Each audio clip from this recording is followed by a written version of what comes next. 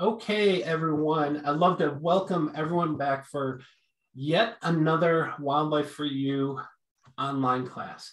What we're doing today is we're in part two of a two-part series that was all about predators and how they more or less take down their meal and then they eat their meal. So this being part two, this presentation is literally called The Meal, and it's all about understanding predator behavior. And we have two presenters today, myself, Daryl Radijak, and Stephanie Payne. And we are large carnivore specialists as well as wildlife biologists. And like always, we'd like to show people our credentials just so they know that they're getting good information from us. Just so you know, everything we present is science-based information and it's backed by the leading science. You could look up a lot of this stuff on the web. We're always big proponents of making sure you always verify the source of your information. But you all know who I am. I'm Daryl Radijak, been working in the wildlife field for about 25 years, focused mostly on those large megafauna. So bear, deer, elk, moose, whatever you name it is what I love to focus on in my career. I'm joined here by Stephanie Payne. Stephanie, if you'd like to introduce yourself really quick. Yep, I think everybody probably knows me as well by now. So my degree is in wildlife biology, but I specialized, in human wildlife dynamics with apex predators because I really have a passion for the interactions that we would like to see decrease in the world. I've been the coordinator for the Wildlife Human Attack Response Training for a decade. And I think that's about it. I don't want to go on about me, so we can move forward, please. And just so you know, folks, we've known each other for just over 10 years now, and we kind of met through a cougar email back in Tennessee. Like I said, it's a good story. We need to tell them one day. Listen to our podcast one day. Listen to our podcast because we talk about it quite often. Okay, so we're going to jump into the presentation today. And again, I want to get started here. Refresh your memory. Why are we studying this again? Why the heck do we care about predators and how they take down their prey? Because isn't that really gross and we don't want to think about that stuff? Fortunately, there are some folks that want to think about that stuff. If you're a biologist like Mark Payton here, who's works for the National Park Service, I worked with him on a number of cougar studies. But a lot of times we study these animals to learn as much as we can about these animals so we can help protect them. But there's also some other reasons. Obviously, if you're not a wildlife biologist, oftentimes you have things that may get impacted by some of these predators. The big one that most people worry about is if they are a rancher or a farmer and they have livestock and suddenly one of their cows disappears or sheep or goat, something happens. And you want to know what happened to that animal. Oftentimes you can make a determination if a predator has taken one of your livestock. Heaven forbid you have a pet, whether or not it's a dog or cat, same thing can happen there. And so if such an incident happens, we are able to study the scene and determine what kind of predator took that animal. So it's very useful information to know as much as you possibly can about our wildlife. And so what I want to do, remember, this is part two of a series. And so part one, 2 weeks ago, we studied the takedown. This was pretty much how these large apex predators take down their prey items. And so we broke it out into three different categories of animals, the dogs, the cats, and the bears. And so in quick summary, I'll just mention the dogs or the canids. And the way they take down those animals, if you remember, these are the marathon runners. And so when they find a prey item that they want to go after, and usually it is one of the sicker animals or the old animals or a young animal, they're going for the weakest animal because it's easiest to take down. Remember, taking down a large animal is a risk that these predators take. And so they want to put the odds in their favor. So they go after the easier animal to take down. And so these wolves more or less pursue their prey item and they run it and run it and run it until that animal almost collapses from exhaustion, because at that point it's much easier to take down. So they are the marathon runners. The other thing you have to remember with the canids is they often hunt in packs. So sometimes it might be a single wolf, but more than likely it's going to be multiple wolves that are in on that attack. So the next group are the felids. And Steph, you want to explain a little bit about their takedown method? Yes. So the felids are solitary. So these guys don't run with the pack. They are often by themselves hunting. You may see a mom who's got her nearly adult cubs out, and they might be watching her, but they don't really even participate in that. She's just showing them the ropes and what they're supposed to do.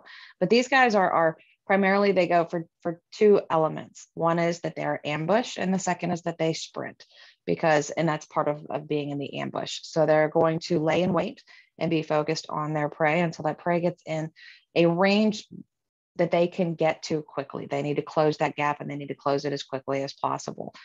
This doesn't mean necessarily that they're jumping out of trees, because again, jumping out of trees doesn't really give you a whole lot of options for directions. You get to go down and not, much otherwise. You don't get as much of a bearing there. And then, yes, Daryl, I do swing in my chair when I speak. But they really need the sprint. They need the short blast, and then they're going to use their teeth. And their claws are pretty much there just to grapple and kind of hold, while their teeth are doing what they need to do. And generally speaking, they're going to go for the front of the throat of the animal to cut off the windpipe, or they're going to go for the base of the skull so that they can sever that spinal column. And their teeth are specifically designed to do that. They have shearing teeth, and they have very large canines. They're conical shaped and very strong. So this is primarily their way. So if you see a carcass that is, essentially, like I was saying, what Daryl said, like they're marathon runners. Marathon means chasing for a long distance. So you see a lot of hind end damage because they're nipping at those hindquarters. With these guys, you don't see that. You're going to see primarily just front or back of the neck. Thank you for that. Mm-hmm. Okay, and then the last group of animals we talked about a couple of weeks ago were the ursids, or the bears. And you have to understand, bears are unlike the canids or the felids, which are true carnivores. The dogs and the cats, they have to eat meat in order to survive, or that's their primary diet. The bears, on the other hand, are omnivores. They'll eat whatever they find, and they're opportunistic, meaning they'll eat whatever's easiest for them. So most of the time they're eating vegetation, but if the opportunity arises, they will jump on an elk calf or a bison calf or a full adult prey item if it's easy enough for them to get their claws on. Now, we call them kind of like the barroom brawlers, or Stephanie likes to say the pugilists, because they like mucking it up and fighting. These are bigger animals. A brown bear could go anywhere from 300 to 700 pounds. And so they kind of overwhelm their prey item. If they could get their paws on it, they're very quick in short bursts. Bears are extremely agile, extremely fast. But once they get their hands on the prey, they more or less maul it. They're going to be biting at it in all different locations, just trying to overwhelm it, wrestle it down until they can get their mouth on the head or neck area and eventually put that animal out. So those are the three primary strategies in which those groups of animals take down their prey. And so at this point, after that marathon run, or after that ambush, or after that surprise attack from the bear, the carcass has been secured. And so now it's time for them to enjoy the meal. And at this point, you think, okay, it's an apex predator. Now it's time they can relax and have fun. But no, believe it or not, it's not time for them to relax, because there's something that occurs on the landscape that we really don't think about, but it happens more often than we ever imagine. We're learning more and more about this. And what it is called, it's Stephanie's favorite word, and I'll have her pronounce it. Kleptoparasitism. Kleptoparasitism. Really fancy jargon, biospeak type of word. And what it means, it's the act of one species of animal robbing food from another species of animal. So just because an animal, whether or not it's a cougar or a wolf or a bear or whatever, just because that animal took down and killed that prey item does not necessarily mean that they always get to eat that prey item. Because if another bigger, badder predator comes by, they could steal that food item from them. So just because they took down that animal, like I said, it's not time for them to relax. And so oftentimes in nature, you get these other encounters between apex predators. And it's amazing to watch. It's incredible to watch. Consider yourself blessed if you ever see something like this, because it is rare. But we're finding out more and more that it happens more often than we suspected it used to happen. So lots of studies going on in that regard. And so what we want to talk about is this apex predator pecking order, and who steals what from who. And so say we have this deer carcass, and I'm trying to use these graphics so I don't offend anyone. We'll be more serious with some serious pictures later on, but for the most part, this learning exercise is just meant to hammer home how this pecking order works. So you have this deer carcass. So say a cougar has killed this deer carcass, and typically we think, okay, cougar took down the deer, cougar's going to eat the deer. The problem is, if that cougar is on that carcass and along comes a wolf, y'all know cats and dogs, usually dogs chase cats. For the most part, if a wolf comes by, there's a really good chance it's going to scare that cougar off. And so the wolf claims that carcass, and it's his meal. Now, if the wolf is on a carcass and say a black bear comes by, the black bear is much larger than a wolf usually, and that black bear is obviously going to scare the wolf away. And so that bear has stolen the carcass. It is now going to benefit or reap the rewards of that takedown. But if you're in the right part of the country where there's grizzlies and a grizzly comes by or a brown bear comes by, as you can imagine, that black bear is going to yield to that larger grizzly.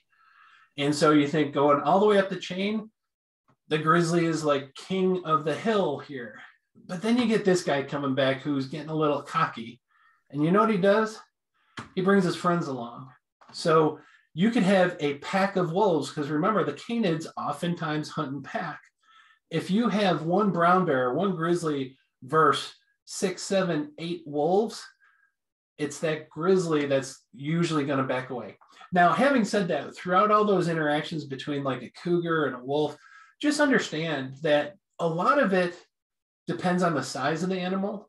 And so the bigger one usually wins out. Sometimes you could have a really aggressive animal that might be smaller that will win out over a larger one, because the larger one just doesn't want to deal with that aggression. And so it's not always 100%. It doesn't always, like a wolf will not always scare it off a mountain lion, because if the mountain lion is very defensive, it could scare the wolf away. But just understand that pecking order that we showed you is typically how it works. So this pack of wolves, you would think, okay, they're the supreme ones.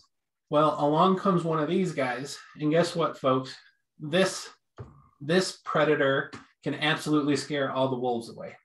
And so, lo and behold, you'd think that the human here would be the highest of the pecking order, but every once in a while, you could have that bear come back and take the human out. So hopefully that doesn't happen, but it can, and we all know it does. In fact, Stephanie had a job investigating those things. So when it comes to the pecking order among the apex predators, like I said, you have the cougar, which is kind of low man on the totem pole, then like that single wolf, then black bears, then grizzlies, and then a pack of wolves is probably one of the most formidable things aside from the human predator. And so why am I mentioning all this?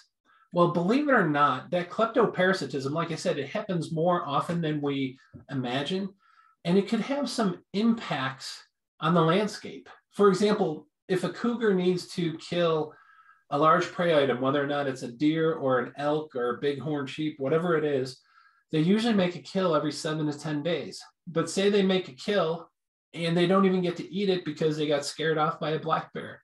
Then they got to make another kill. And so depending on how much stealing is taking place could really have an impact on the prey base. Because if cougars have to kill more often, obviously they're gonna have more of an impact on the animals that they hunt.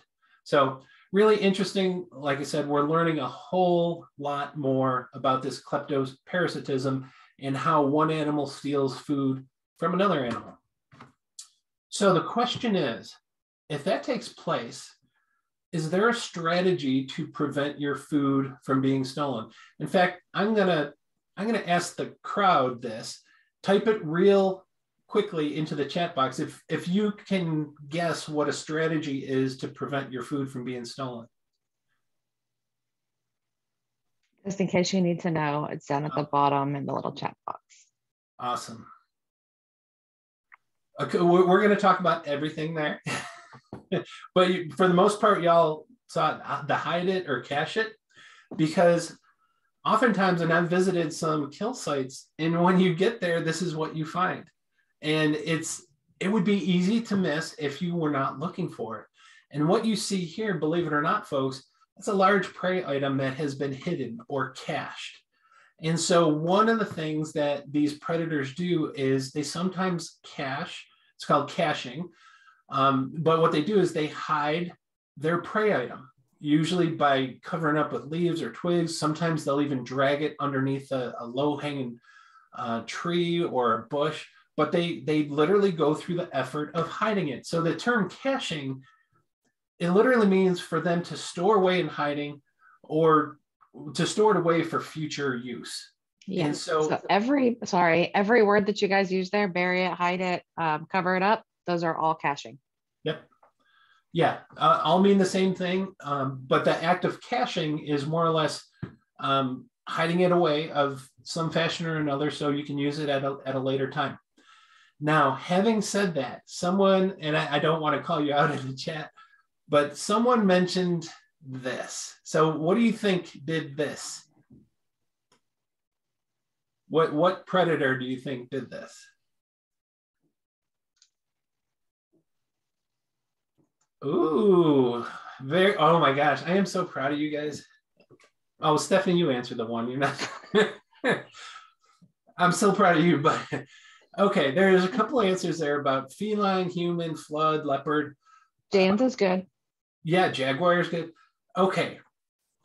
What I see, the reason I put this on here is because you see a lot of things on social media, and there's a lot of experts on social media that are not very expert because they give the wrong answer all the time. Every once in a while, someone will post a picture of a deer up in a tree, and you guess what 99% of those answers are? Oh, it's a cougar. A cougar did that. And the flat out answer is no. 99.9999% of the time, it is not a cougar. And I made up that number, but just emphasizing that in most likelihood, it is not the result of a cougar. Because remember, caching is hiding the food so you can use it so no other animals find it.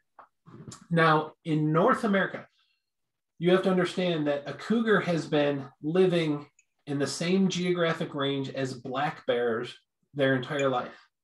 And so by putting an animal up in a tree, you're more or less putting it on display. And if you were able to put it up into a tree where no other animals could get at it, that would be great. That's a form of caching. In fact, jaguars and leopards oftentimes do that. But if you're putting a deer up in a tree to keep it away from bears, you're one really stupid cat, because that bear can climb that tree faster than that cat could climb the tree.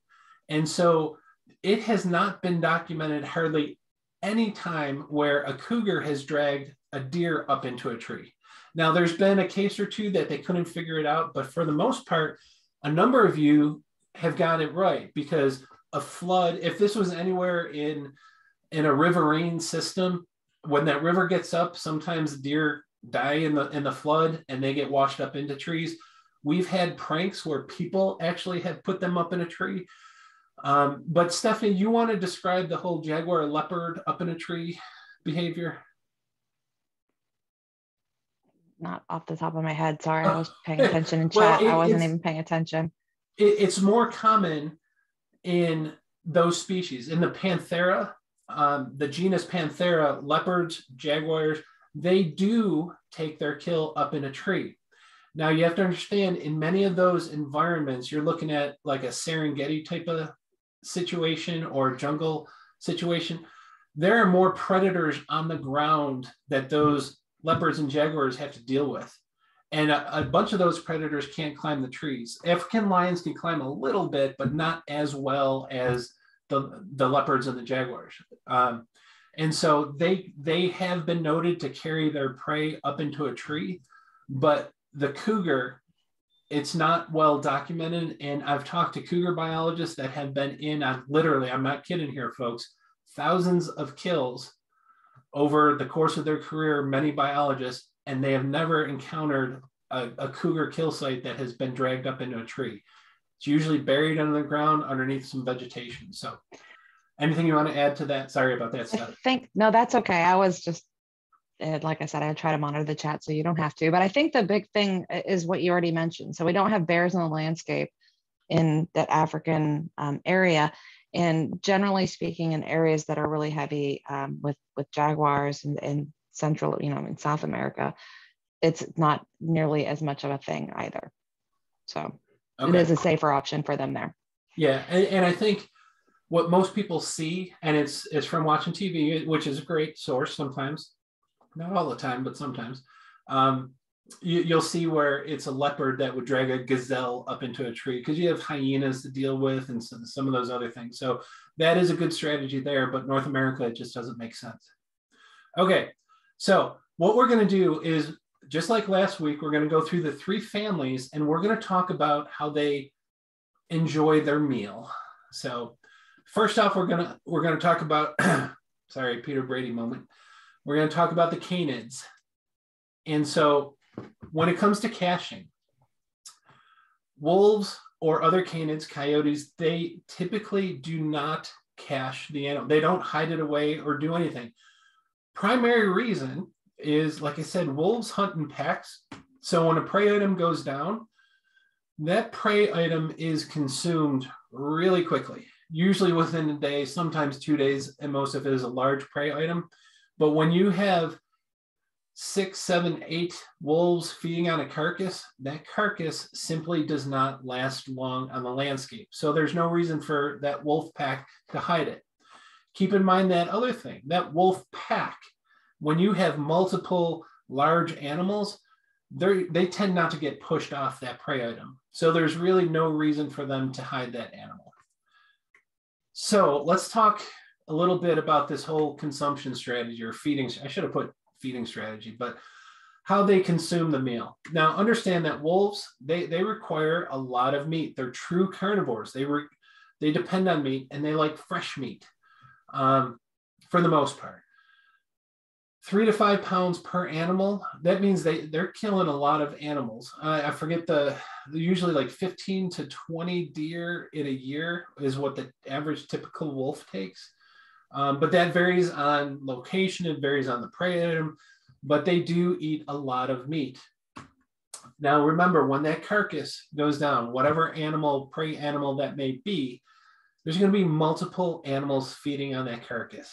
And as you can imagine, I think the best way to think about it, if anyone here has come from a large family, especially if you got lots of brothers and sisters, and when you were growing up and mom put the pizza or whatever food was in the middle of the table, and it was a free-for-all. It was get it while you could get it, or else it's going to be gone. That's how wolves consume their prey. They gobble that thing up as quickly as they can. Now, typically, the alpha male, alpha female usually are the ones that eat first. But what you'll see is whenever the wolves go after that carcass, the first things eaten are usually the most nutritious parts. And when I mean nutritious parts, it's the most energy bang for their buck. And that's typically the internal organs. So the heart, the lungs, the liver, all those things inside that chest cavity are usually the first to be consumed on a carcass. Now, when it comes to canines, we all know if you have a dog, dogs love to eat bones. And so they will eat most everything on that carcass, including the bones that they can eat. Now, wolves have pretty strong jaws, but they don't have the strongest jaws of all. In fact, I'll let Stephanie talk about that. But wolves will eat a fair amount of those bones on that carcass. So they are going to pretty much, I hate to say it, but they're going to tear that carcass apart. It's going to be in shambles. And most everything is going to be consumed except those largest of bones, the pelvis, the skull, sometimes the backbone, maybe a femur, although they do like cracking into bones because what's inside there? The marrow. The marrow is really, really nutritious for those animals. That's why they're getting at those bones. So anyway, they do quite a job on that carcass. Now, I will tell you, one of the things that you hear about, a lot of people really don't like wolves on the landscape, and they talk about how they just kill for fun. No animal kills for fun. Even, I forget what's it called when they kill multiple animals at one time, Steph? I was typing. You got to stop doing that. I'm so sorry. What was the question? What's it called when wolves kill multiple animals at one time? And there is a biological reason for that, because oftentimes, and most surplus killing. Surplus killing, yes. Thank you. Okay, sorry, I was thinking of a single word. I see. I was having one of those days where I can't think of any words. So surplus killing is when you find multiple prey items killed, whether or not it's from a single cougar or a pack of wolves. There's multiple prey items killed, and you think, oh my gosh, what a waste. They can't eat all this. They're just killing for fun. And that's not usually the case, because oftentimes when that surplus killing takes place, it's in the middle of winter. A lot of those prey items may have gotten caught in like heavy snow, so they couldn't escape. When that pack of wolves or whatever predator kills that number of animals, they can feed on that for weeks, and it can literally sustain them throughout the whole winter. And so there's no pleasure in what they do. Humans are probably the only species that I don't want to go down that road, will hunt for fun, but predators hunt to survive, and that's all they're trying to do. So there's, like I said in the last class, there is no good or bad animals. They're just doing what they do. So one of the things with wolves, sorry, I got on a tangent. One of the things with wolves is I put a graph up there to show you, yes, we are a biologist. We do look at graphs and statistics. The way I'm going to explain this is the more kills that a wolf does per week, the lower the amount of that animal they consume. And the reason being, it might take a long time to consume an animal, and it's not easy chewing through bone and some of the last remnants of that carcass. And so if the wolves are in an area where there's plenty of prey, they can eat the best parts of that animal and not finish it all and go kill another animal and eat the best parts of that. So the more kills that pack can do, usually the lower amount of utilization on that carcass, if that makes sense. And when we say the lowest amount of utilization, they've been eating well, so they're not eating quite as, they're not as hungry, so they're not literally eating every single bit and chewing on the bones and getting the marrow and all of that good stuff. What they leave, it is not just wasted. There's lots of scavengers and other things. So please don't think that they're just walking away from it and leaving this mess that's going to just sit there and rot. There's lots of other things that will utilize that. So, yeah, one of the things that they're finding, more and more studies are concluding that the apex predators just do an amazing service for increasing biodiversity, because of the fact that the animals they kill then feed countless other species, and it helps those species thrive and populate. So believe it or not, the apex predators, even by not eating it all, are really improving the biodiversity on the landscape because of that fact that they don't eat it all. Okay, so let's switch gears, and now let's talk about the felids and how they consume their prey. Now, first off, after they catch an animal, do they cache it? Well, believe it or not, yes. These mountain lions, and actually both mountain lions and bobcats, will cache their prey, will hide their prey, cover it up of some sort. But I will tell you, I was blessed to participate on a couple of cougar studies over in New Mexico, and I was working with Mark Payton. And so one of the first ones I ever went on, he took me, there was a house within Santa Fe National Forest, and they called the Park Service and said, we found a deer on our property that's kind of covered up.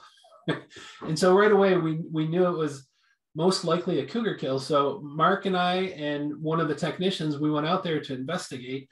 And here's what we found. This was about 150 yards behind the person's house. And like I said, if you were walking by and not really paying attention, there's a really good chance you could walk right by that. And that is the whole intention of caching that animal. And so not only is it less visible, but oftentimes if you get enough dirt and debris on that carcass, it can actually keep the smells down, because other predators often hunt with their nose. And so it serves two purposes. But this was one of the first cougar kill sites I ever investigated. And the cool thing is we set up a camera on this particular site, and this is one of the photographs from that camera. We were able to snare that mountain lion and equip her with a radio collar. So anyway, really, really cool stuff. But mountain lions are notorious for caching their prey.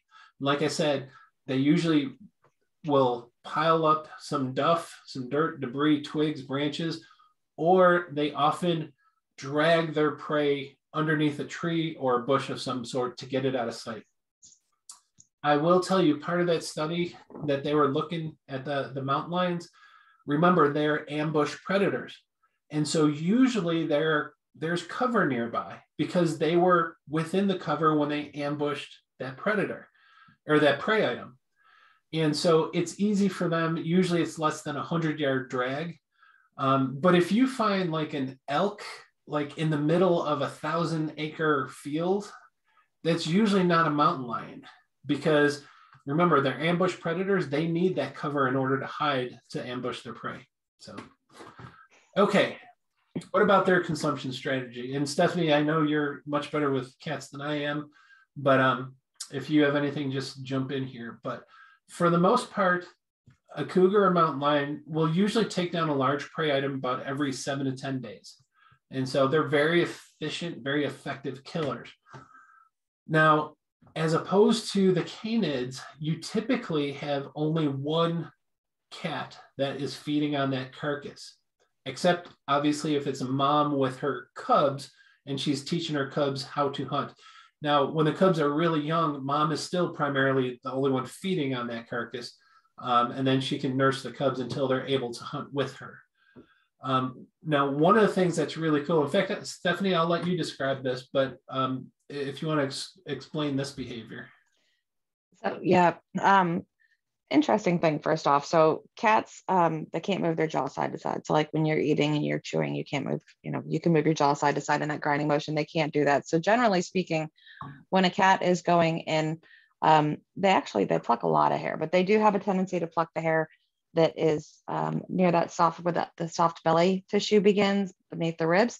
They'll pluck that out, and they'll generally use that area to go in. And their teeth, wolves and cougars actually have pretty equivalent jaw strengths. They're both around 400 psi, though that is incredibly hard to measure kind of effectively. But their teeth can actually then start shearing through the bone around the rib area as well. So that's what they're using then you're probably about to click a thing and make this pop up, but that's where they're going to start looking at what they want to eat first. So kind of like the wolves, they are looking to eat those most nutritious parts first. The thing is, though, they don't want that stomach. So right there where they just went in, they're going to pull, and you'll hear Daryl and I refer to that as a rumen. That's the stomach and digestive parts. They're going to pull that out, set it aside because they just think it's ucky.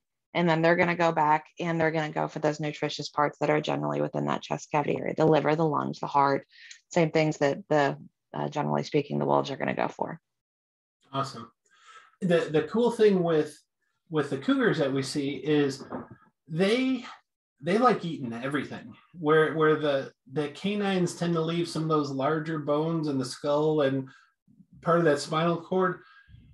The cats, the cougars especially, they will eat everything.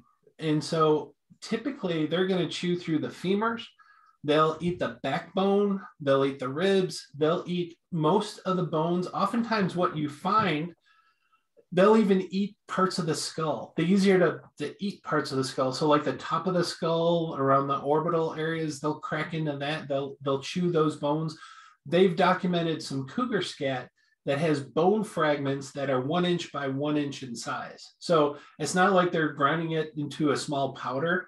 They're crunching it, getting into swallowable pieces and just downing it. And so they will eat as much as they possibly can.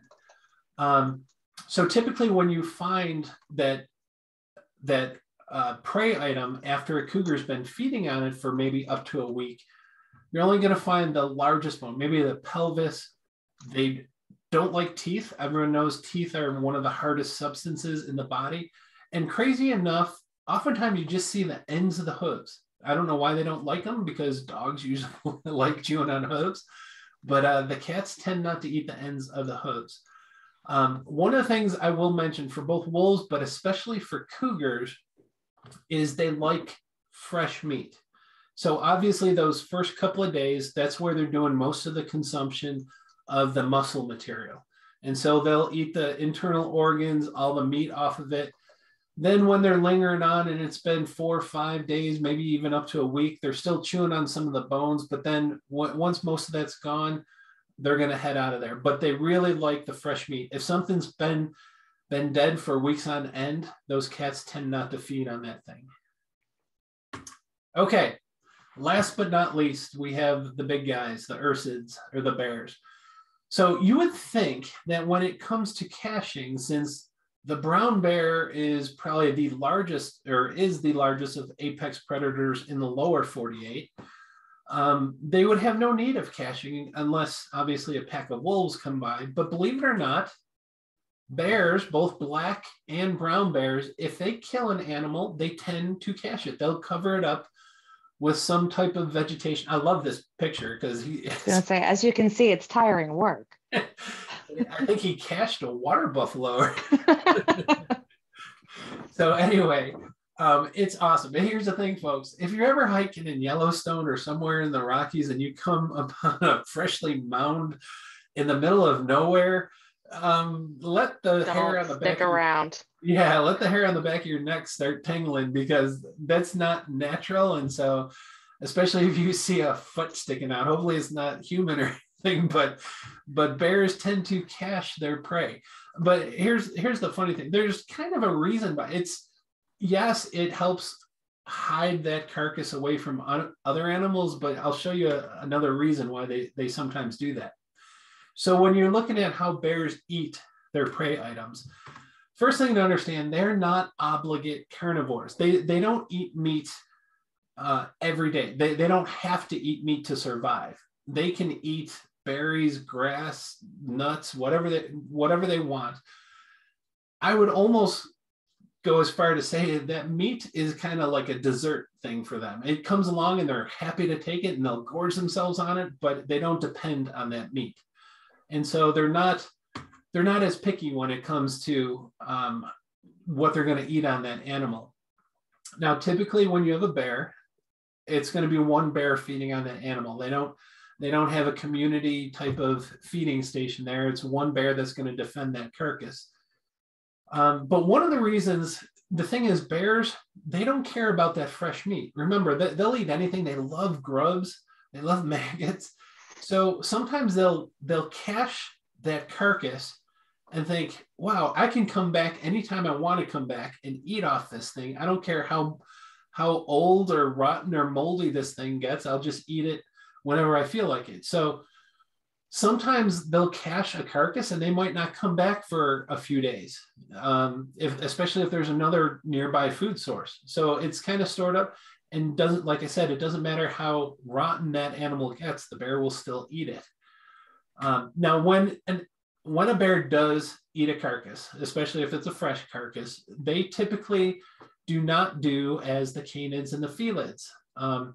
Remember, the canids and the felids primarily go for those internal organs first. Remember, those animals have to hunt and kill in order to survive.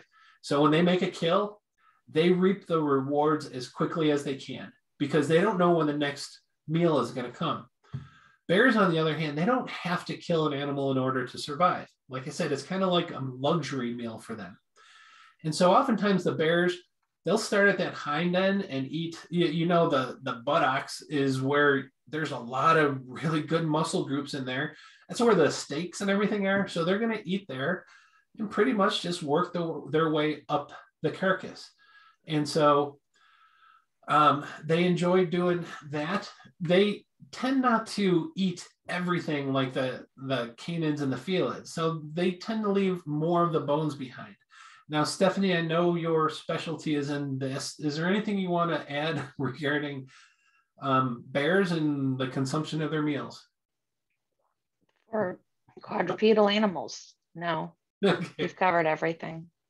Okay. And you guys will be able to ask questions in a little bit. So what I want to do first, I want to summarize everything regarding those three families of animals. So when it comes to consuming a carcass, and again, the reason we're studying this is if you discover a carcass that's not yet completely consumed, or maybe it's been completely consumed, by looking to see how it was consumed, or where it was fed on first, you can make a determination what animal was feeding on it. So you're going to say something. I was, and I think that it's probably important to remember some of the kind of the things that we're talking about in both their tactics and how they're doing this. So the one thing to remember is, generally speaking, wolves, again, it's multiple animals that are feeding on this. So you're going to see a lot more remnant dispersal happening, because these guys, even when they're eating, they're great friends, they're a family, they're a pack, but generally speaking, they go in there and they grab what they can and then they back up sometimes, especially if if there's a lot of stress on that pack at the time. Whereas with cougars and bears, you see less of that spreading out. Yes. So it's another sign to kind of look for. And one thing I should add, folks, is when we're telling you the pattern in which they eat, understand, just like that warning at the very beginning, animals are unpredictable. Just when you say they tend to do this, there's going to be a cougar there that starts on the hind end. Yes. For the most part, we're telling you generalities of what we typically see, but it's not always what we see. Correct. Okay, so to summarize their whole consumption strategies, first off, after they take an animal down, the whole caching of that prey item. Wolves tend not to do it. Remember, you have multiple wolves. They're gonna eat that carcass before they ever have to worry about hiding it from another animal. And if it's a pack, not many things are gonna scare off a pack of wolves. So cougar, absolutely. That's one of the things they do, because it's gonna take them a while to consume that carcass, and they want to make sure it's going to be available to them over the course of the next 3 or 4 days, possibly even a week. So yes, they go through the process of caching or hiding away that prey item if they can, especially if there's vegetation nearby. Bears, not always, but yes, they will cache their food item too, especially if they're not really hungry and they're like, hey, I could eat on this for a few weeks. They'll take the trouble of dragging it somewhere and kind of just put their cache away for another time. Okay, where do they start on the carcass? When they sit down to that first meal after that prey item has been killed, typically those wolves, although they're going to tear that animal apart, they start at that chest cavity. Remember, killing an animal is required for them. They're going to get the most bang for their buck as quickly as they can. So they'll eat the stuff out of the chest cavity first, and then they go to the rest of the carcass. Same thing with cougars. They don't know if they're going to be scared off a carcass. They've got to get the most nutritious parts of that animal first, so they're starting in that chest cavity. Bears, it's a dessert. And so they're not as anxious to get into those. They'll eat those internal organs when they get to them, but typically they'll just sit down and eating. And oftentimes you just see bears start at the hind end and work their way forward. What about the stomach? So you have this prey item that sometimes has a stomach full of vegetation. The wolves will sometimes eat the stomach and the rumen of those prey items. Cats rarely do. Oftentimes you actually see where the cougar will pull out that ruminant stomach contents and simply remove it from the site so they don't eat it. Bears, again, it's just dessert, different flavor this time. All right, how about the bones eaten? Just like Canis domesticus, who's not in my room right now, but they love eating bones. So they'll eat a lot of the bones. Their jaws are very powerful. They usually don't eat those largest of bones, but they do eat many of the bones on a carcass. The cat, very, very strong jaws. They go through the process of eating backbone, femurs, everything, even the skull, parts of the skull they'll eat. Usually the upper palate that has the teeth, that's the only part of the skull you see remaining. But they'll eat most of the bones. And the bears, they'll eat some bones, but they tend not to eat all the bones, as many as the cats and the dogs. And then last but not least, duration. Again, with the wolves, since there's usually many wolves feeding on that one carcass, it's going to be gone within 1 or 2 days. The cat, feeding by itself. And one thing I didn't explain, like when a cougar's feeding on a carcass, after it kind of relaxes from the kill is a big ordeal. They'll kind of relax for a little bit, then take time to put that animal in a place they're going to feel comfortable eating. This is going to be the spot where they cache it. And then typically what they find is they might not eat on it right away. They might rest because the takedown exerted so much energy. But then when they come back, they'll eat on it. They'll eat a portion of it. I don't know how many pounds they'll consume. But then they just go nearby. Usually they have a resting area within a few 100 yards where they can kind of keep an eye on the carcass. And they're revisiting the carcass, eating a little bit, going to rest. And this is why it takes anywhere from 4 to 7 days, especially if it's a big animal. It's going to take a long time to consume. But the reason I'm mentioning that is how we know when we have a radio collar on a cougar, when it stays in the same area for 48 hours, we know it's on a kill. Because typically those cougars are wandering, trying to secure a prey item. And then when they sit still for a while, we know they got one. And so the collar sends us a signal, or we look at the data. We know that the cat hasn't moved for greater than 24 hours. More than likely, he has an animal down. And so it typically takes them about up to a week to consume a large prey item. And the bear, as long as it takes. Remember, it's not necessary, obligated food that the cougars and the wolves need. The bears, it's just an added bonus. So they'll feed on it as long as they want to. And keeping in mind on that, so when we were talking about, they eat the bones, and it was a yes, meh, not really. I mean, they can. And then, how long they take. A lot of that really goes back to, like Daryl has said a few times, the obligate predator. So if bears more frequently than not will hunt those much easier to find prey sources like berries and acorns and grubs and things of that nature. So like Daryl said, that really shows when he is doing that slide there, that really shows a lot of the characteristics on why you see those big differences. I cannot wait to answer. I know. I would not. I'll save that towards the end. The one thing that I just remembered that I meant to mention when I was doing the whole apex predator breakdown, who scares off who. You don't know how many times I've been asked, well, who would win between a fight between a cougar and a wolf, or a cougar and a black bear? And the thing is, folks, they don't want to fight.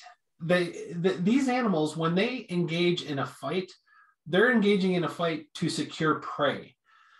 A cougar is not going to typically fight a wolf or a black bear just to defend a deer or something, because either that cougar is going to get killed or the black bear is going to. It's a high risk situation. So they tend not to engage in mortal combat just to see who's the bigger, tougher animal. And so I always laugh about people thinking that these animals of different species engage in these interspecific, right? I can't say it. They don't fight each other, folks. Yeah.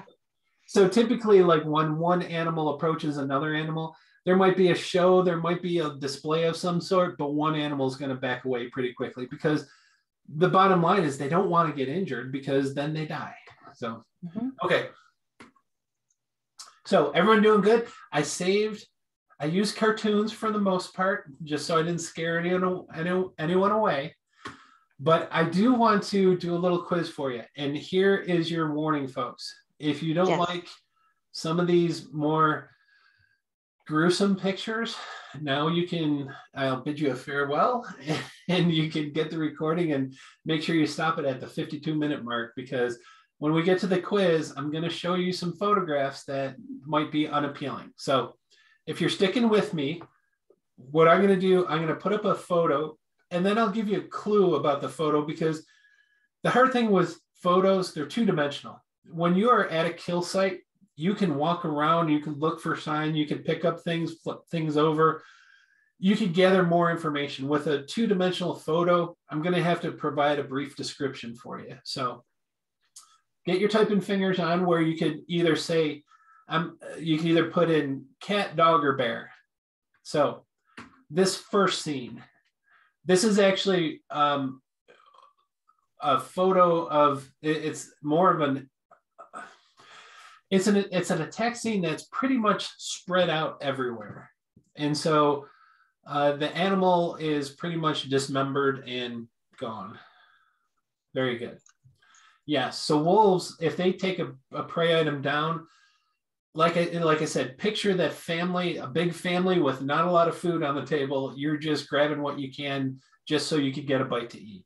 Very good. That is canine. Okay, say you find this, and all you see, pretty much all you find, you're seeing the hooves, some of the fur, maybe a couple of really large bones. Very good, Trish. For some reason, you see cougar kills, they tend to leave the very bottom part of the ungulate hoof, or the deer hoof. It's because there's not a lot of bang for the buck there. So it's a lot of fur, a lot of, bone, kind of the skinny bones, and then the hooves. So yeah, I mean. Well, my dog loves to chew them. Well, but your dog's doing that for entertainment purposes. There's a difference. Okay. What if you come upon a scene, you don't find the carcass yet, but you see this stomach, or this is what we call the rumen, but you see the stomach contents dragged away.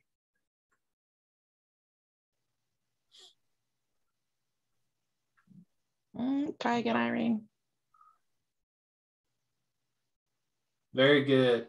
For some reason or another, the cats, they prefer not to eat the stomach or the rumen, and oftentimes you'll find those contents dragged away from the carcass. Oh, there was the clue. Sorry about that. Okay, I'll put this up right away. So you come to this site and you see most of the skull, lots of the vertebrae still left behind. There's a big clue in this one, and it's the scat. If you can tell what kind of scat that is.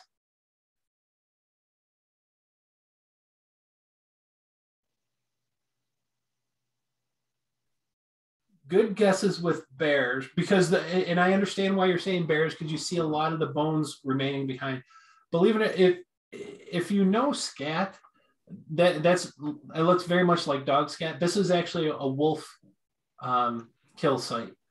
And Stephanie and I were looking at this picture at the beginning because it's some type of carnivore that is the prey item, because look at the teeth on that skull. So yeah, it looks like a small cat. Yeah. Or something else with a blunted nose. Yes, but you can definitely see the teeth on that thing is definitely from a carnivore. Okay, the deer carcass, and you have hair that's kind of plucked off from the chest.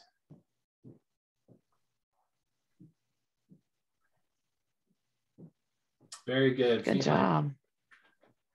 And Stephanie, regarding that, don't cats have I don't have a cat, but don't they have a tongue that's like sandpaper? Yeah, actually, so the really interesting things about cats is whenever we're looking it's at different sites. A lot of times looking at the pattern of consumption, and I don't mean what they're eating first, I mean the actual physical representations of consumption that are occurring on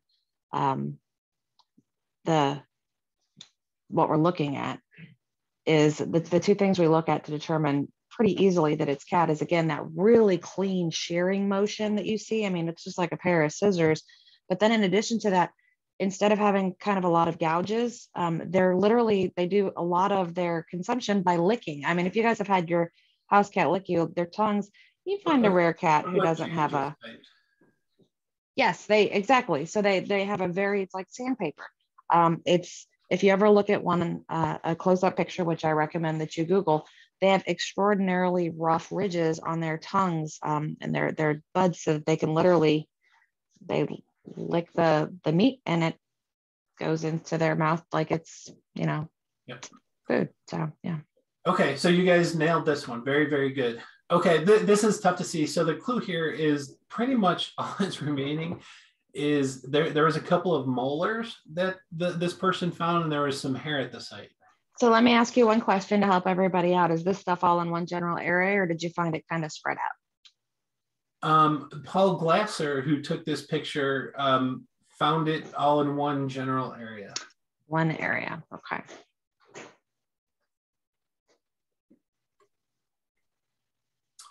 This, because so much of it was consumed, this was believed to be a cougar kill. Now, having said that, I added this photo because this is actually another cougar kill I was on, and this was all that remained. This was an elk. This was a full-grown cow elk, probably 600 pounds.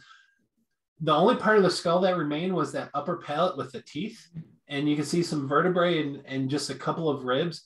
Everything else was gone. The rest of the skull was eaten. The legs were eaten. They're efficient at eating their prey. And so the cats, for some reason, just love eating everything because I think they're so appreciative of that kill. Okay, this next one, the clue mostly is going to be, and I need you to think about it, it's a moose. Most of the large bones are remaining. But one of the things I want you to focus on, look where the kill took place.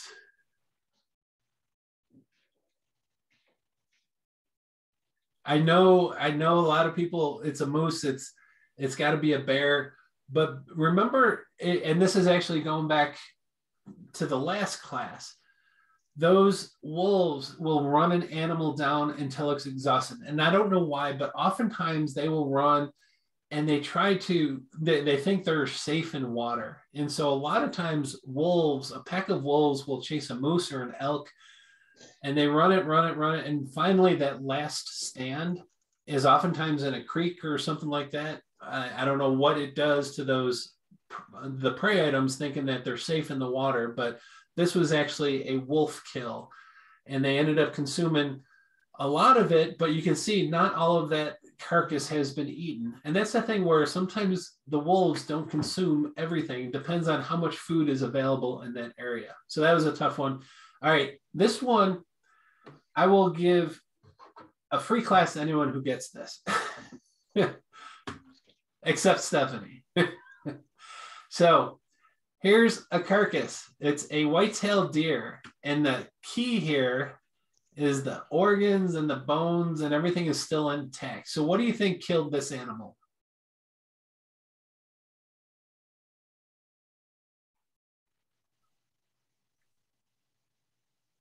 I set you up because of how much I told you the bears don't really care. But this animal has been on the landscape for a while. And the fact that there is still so many of the internal organs, this was actually not killed by an apex predator. This was actually a deer that was struck by a car, wandered off the road, and it just sat there on the landscape. And the only thing that was feeding on it, they had a camera over it, the only thing that was feeding on it was mesopredators. So you had crows coming in, you had raccoons, skunks, different small animals coming in. Because remember, if an apex predator, even if a bear comes in, it's going to eat a lot of that carcass. But when you find a carcass that is sitting there and you still have all those internal organs, which are extremely nutritious. Apex predators that went through the expended the energy to take that animal down are usually going to utilize that animal and eat those internal organs.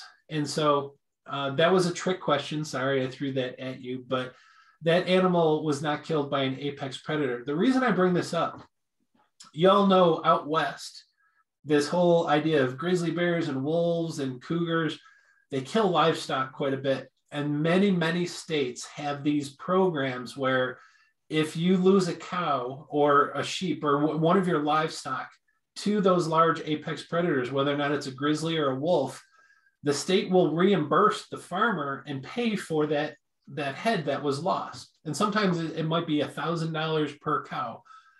And so before they will make the payment, they have people go out there to investigate the carcass. So if this was a cow carcass and all those internal organs are still there and everything else, right away they mark up this was not a kill by an apex predator, because that predator would not go through the motions of killing that animal and leaving the good stuff behind. And so, like I said, it was a trick question, but it's definitely something that comes in handy when we're investigating these predator kills.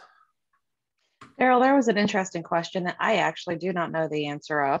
And Jan was asking, what happens if feral hogs were to come across a large carcass like that? Do you know? I took a stab at this and I said, I'm guessing since they would eat smaller amphibians and smaller mammals that they might give it a shot, but I don't know that that's... They will absolutely feed on the carcass of a large animal.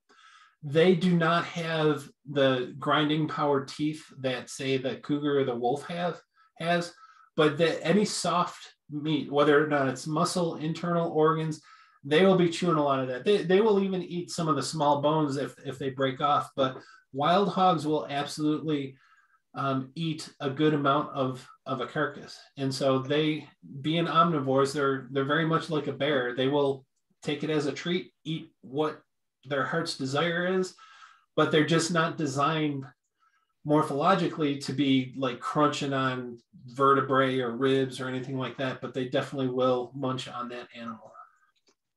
So let me wrap up here, and then I know there's a whole bunch of questions. Folks, you guys are awesome. I love the fact that you like learning about this stuff. We strongly encourage you to look up additional information.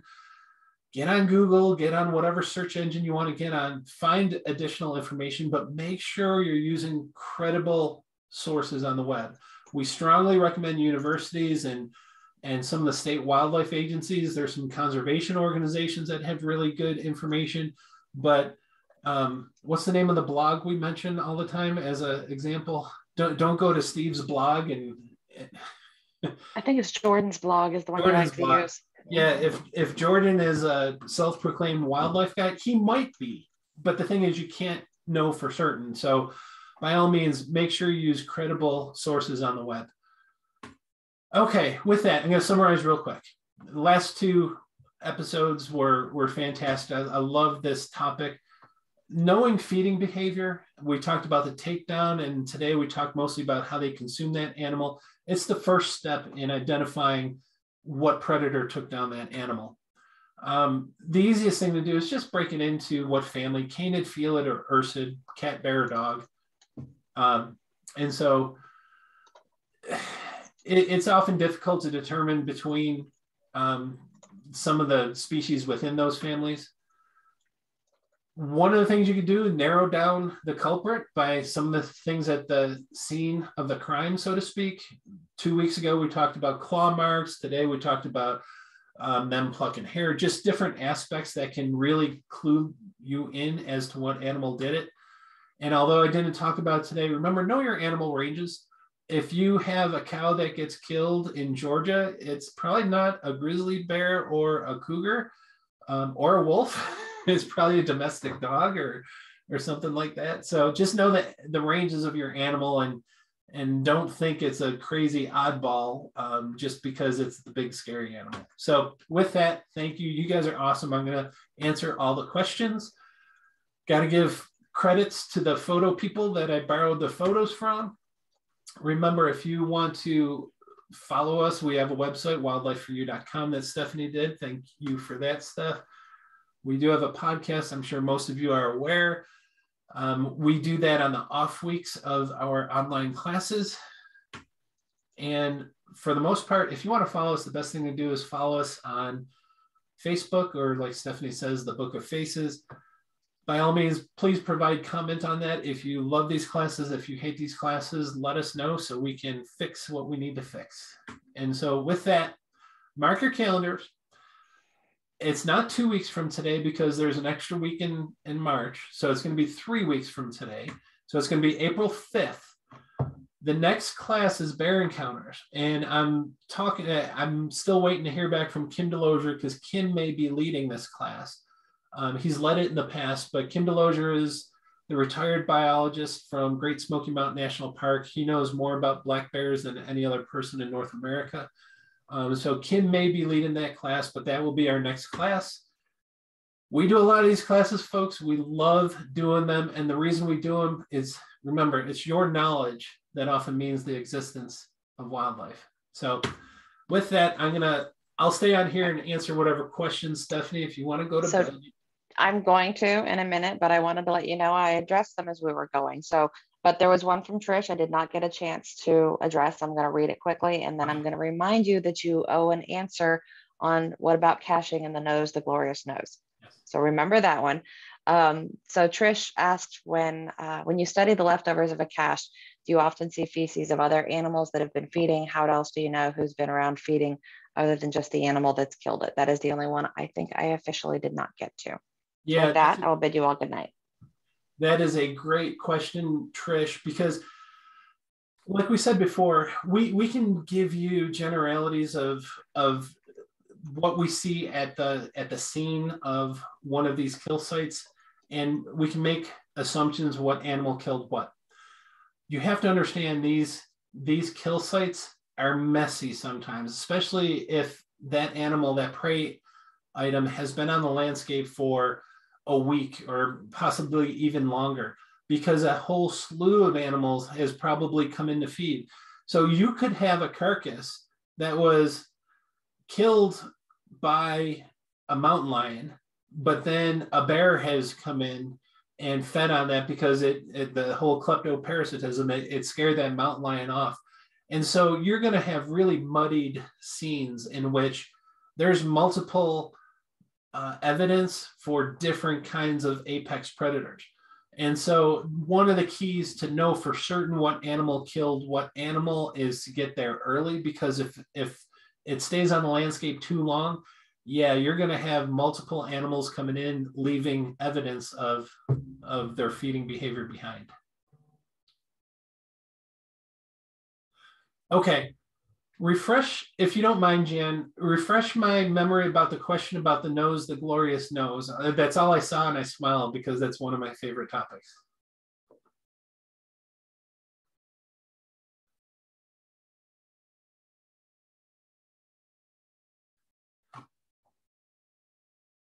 Okay, while you're doing that, Jan, I'm going to answer Irene's question. She asked if it's a major thing to teach unexperienced hiking or backpacking folks who may not realize about a cache and what it could potentially mean if that animal is nearby. Absolutely. When I teach, I got a car going by. When I teach a lot of the hiking safety or my bear classes or the cougar classes, yeah, that's a big part of it, because, well, you saw the one picture, that first kill site I went in on, you can walk right by that cached prey item and not even realize it was there. The thing is, if you do realize what it is, we don't want people hanging around thinking, oh my God, this is cool. I wonder if the animal's in the area. More than likely it is. Understand that animal, for the most part, especially if it's a wolf, a cougar, or a black bear, they don't want you around there, but they tend not to bother you. You have to be super, super duper careful when you're in grizzly country. Grizzlies, especially if they cache an animal, are very, very defensive over that kill site. And so Yellowstone does a great job. All the national parks where grizzlies are located, They do a really good job at instructing the hikers about if you find a kill site, you got to be on high alert, have your bear spray ready. But yeah, that's a really important thing for the hikers and the backpackers to know.